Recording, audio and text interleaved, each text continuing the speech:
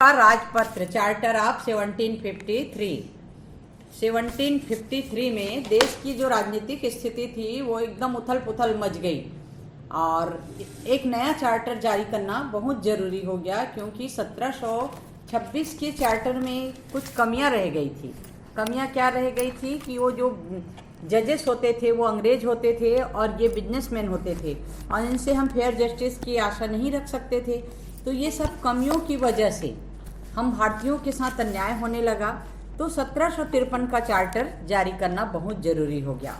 तो 8 जनवरी 1753 को ब्रिटिश सम्राट जॉर्ज द्वितीय ने इस चार्टर को जारी किया और 17 सितंबर 1746 में फ्रांसीसियों ने मद्रास पर अपना कब्जा जमा लिया और इसी के कारण 3 वर्षों तक मद्रास का प्रशासन जो है फ्रांसीसियों के कंट्रोल में रहा और 1749 में फ्रांसीसियों ने ये जो क्षेत्र है अंग्रेज को दे दिया, फिर से दे दिया और अपने शासनकाल में फ्रांसीसियों ने मद्रास के निगम को निलंबित कर दिया था और अंग्रेज उसको फिर से निगम स्थापित करना चाहते थे, कारपोरेट करना चाहते थे।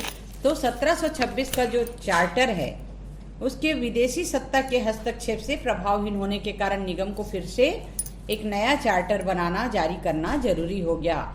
और सबसे बड़ी बात थी 1726 के चार्टर की कमियों को दूर करना, उसमें क्या क्या डिफेक्ट थे उसको दूर करना।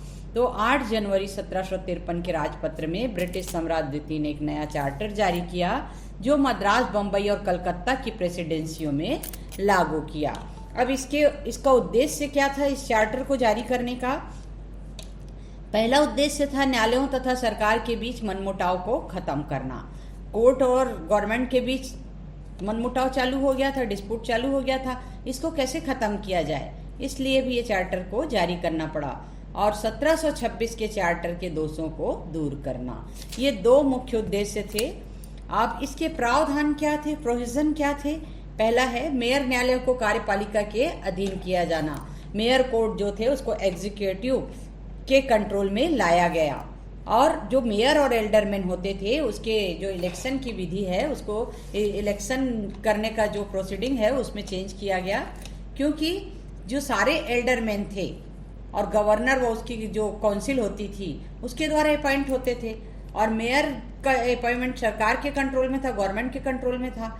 तो एल्डरमैन जो 2 व्यक्तियों की सूची गवर्नर इन काउंसिल के पास भेजते थे उसमें से एक को मेयर नियुक्त किया जाता था और मेयर और एल्डरमैन को हटाने का अधिकार भी गवर्नर